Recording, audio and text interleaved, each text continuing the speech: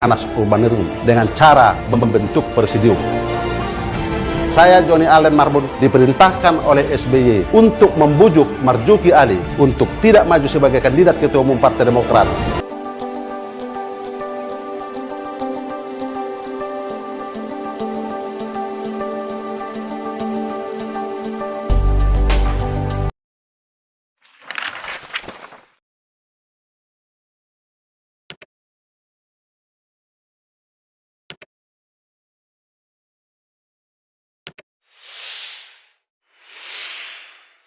Anas Urbaningrum dengan cara membentuk presidium.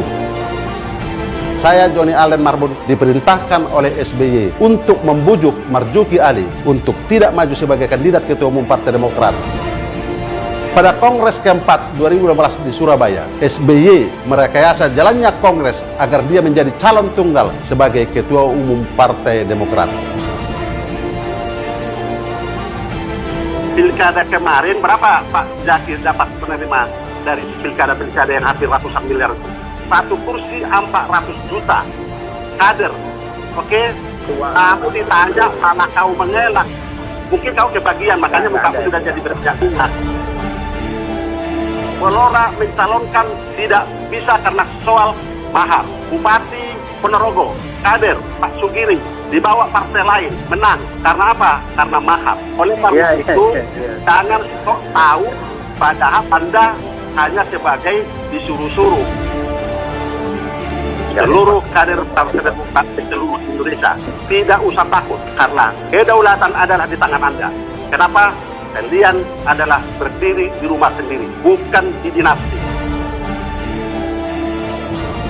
Dipecat dari Demokrat, ex-senior bongkar borok SBY. Persoalan Partai Demokrat ini sudah lama sebenarnya, cuman tidak ada yang berani menyampaikan. Bola api yang bergulir di lingkaran Partai Demokrat kian memanas. Bagaimana tidak, setelah sebelumnya terjadi perlawanan para kader, juga senior partai, yang menginginkan Kongres Luar Biasa atau KLB untuk mencopot AHY dari jabatan Ketua Umum, SBY turun tangan dengan narasi seperti tengah terzolimi, hingga berujung pemecatan 7 senior Demokrat. Masalah pun kini memasuki babak baru. Meminta AHY mundur dari jabatan Ketua Umum, karena baru 1 tahun terpilih sebagai Ketua Umum Partai Demokrat sudah bersikap otoriter dengan sangat mudahnya memecat anggota dan tidak mampu menangani persoalan internal partai. Mantan kader Partai Demokrat Johnny Allen Marbun membongkar bagaimana sebenarnya kelakuan Susilo Bambang Yudhoyono atau SBY terhadap partai tersebut selama ini. Dalam hal ini, ia bersumpah dan bersaksi bahwa sumbangsi SBY tidak signifikan dalam memperjuangkan partai berlambang Mercy itu. Demi Tuhan saya bersaksi bahwa SBY tidak berkeringat sama sekali, apalagi berdarah-darah, sebagaimana pernyataannya di berbagai kesempatan.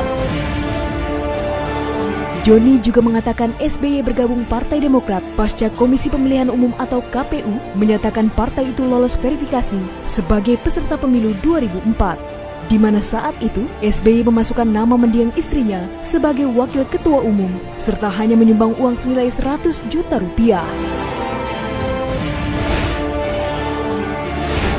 SBY bergabung dengan Partai Demokrat telah lolos verifikasi KPU dengan memasukkan almarhumah Ibu Ani Yudhoyono sebagai salah satu wakil ketua umum dan hanya menyumbang uang 100 juta rupiah dalam bentuk 4 lembar travel check yang di Hotel Mirah Bogor.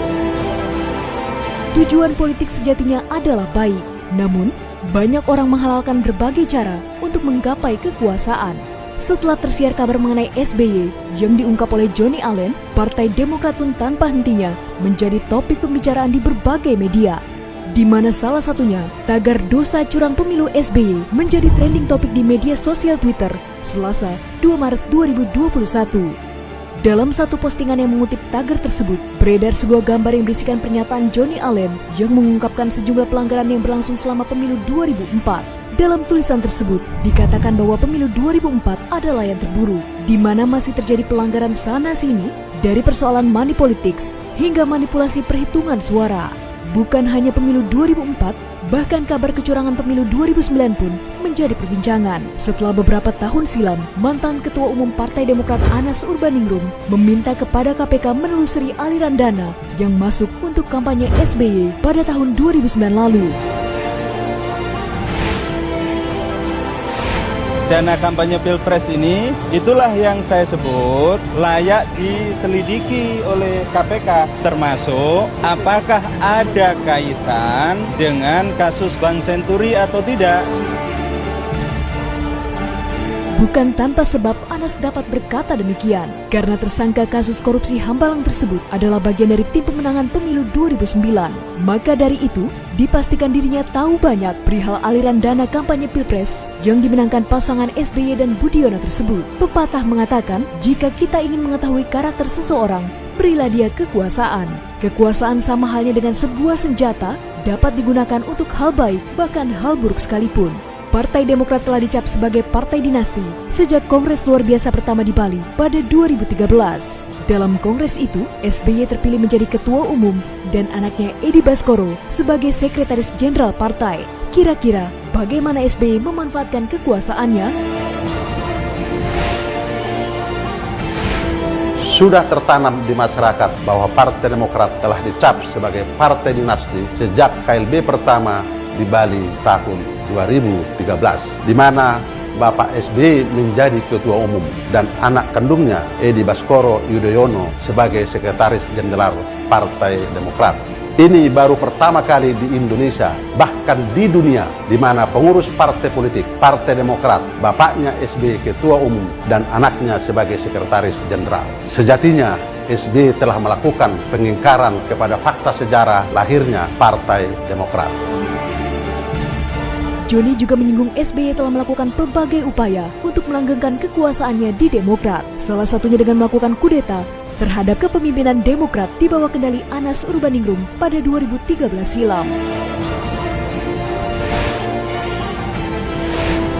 Inilah kudeta yang pernah terjadi di tubuh Partai Demokrat. Setelah Anas Urbaningrum menjadi tersangka, terjadilah KLB pertama atau Kongres ketiga Partai Demokrat di Bali tahun 2013 untuk melanjutkan sisa kepemimpinan Anas Urbaningrum hingga 2015, di mana beliau mengatakan hanya akan meneruskan sisa kepemimpinan Anas Urbaningrum. Sehingga saya, Joni Allen Marbun, diperintahkan oleh SBY untuk membujuk Marzuki Ali yang saat itu menjabat Ketua DPR RI untuk tidak maju sebagai kandidat Ketua Umum Partai Demokrat. Padahal pada Kongres kedua 2010 memperoleh suara kedua terbesar setelah Anas Urbaningrum. Pada Kongres keempat 2012 di Surabaya, SBY merekayasa jalannya Kongres agar dia menjadi calon tunggal sebagai Ketua Umum Partai Demokrat. Tidak berhenti sampai di situ, Joni Allen juga mengungkapkan bahwa SBY telah merekayasa hasil Kongres 5 Demokrat, di mana dalam Kongres tersebut Agus Harimurti Yudhoyono dipilih menjadi Ketua Umum partai. Terpilihnya AHY menjadi Ketua Umum bisa dikatakan berkat kekuasaan yang dimiliki oleh ayahnya, yakni SBY. Di zaman yang serba transparan dampak dari teknologi ini, kita dapat melihat sendiri bagaimana kualitas AHY dalam memimpin partai besar tersebut.